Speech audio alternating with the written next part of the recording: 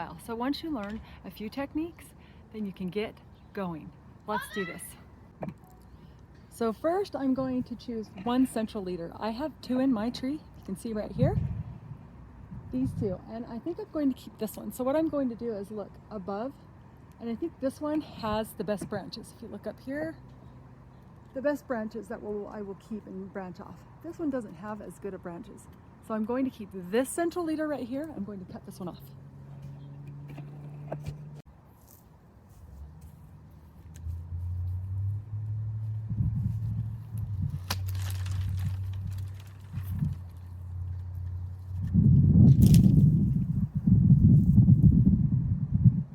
Okay, so once I've cut my other central leader off, I have one main leader. And they say to leave about, say you want to pick one with some good branches down here. These branches are really good because they're going a 45-degree angle, so they don't even need to be spread. And they say you need about 18 inches in between these branches and the upper branches. So I'm going to cut this one off, and that will leave 18 inches about in between these.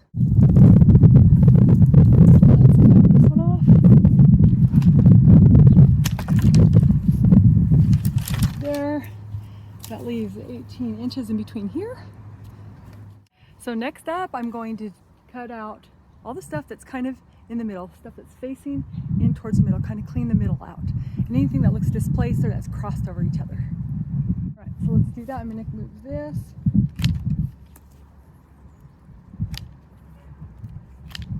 Kind of step back and look once in a while and kind of see how you want your tree to look.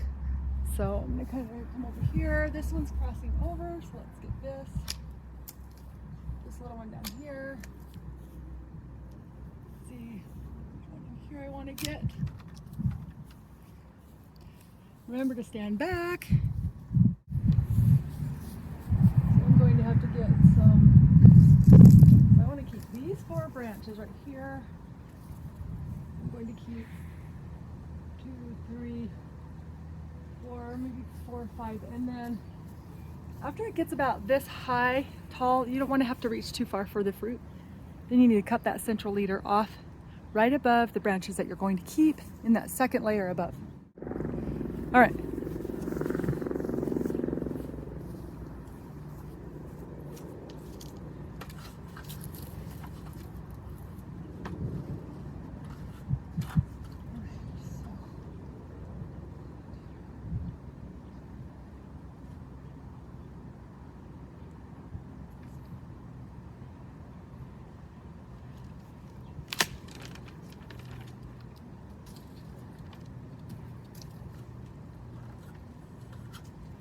Continue getting the ones that are crossing over to each other. This one. I want to encourage you to go this way. I'm going to take out some of these middle ones. Don't want to take any fruit spurs off. Let's take this. Let's see. This. I'm also going to take some of the long growth off of each of the edges. So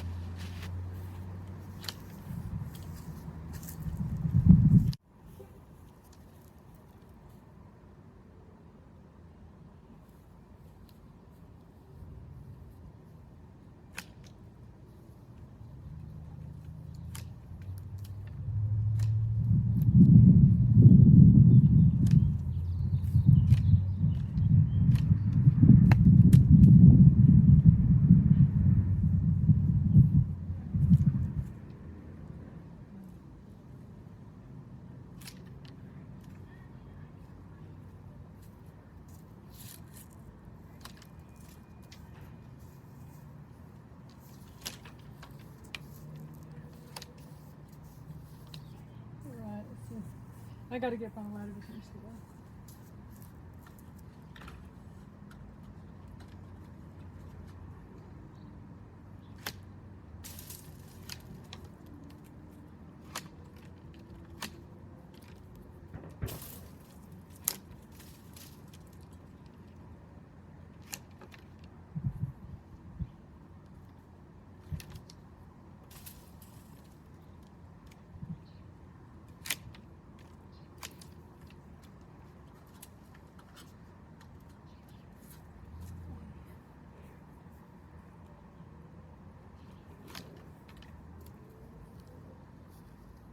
All right, that's probably all I'm going to do this year.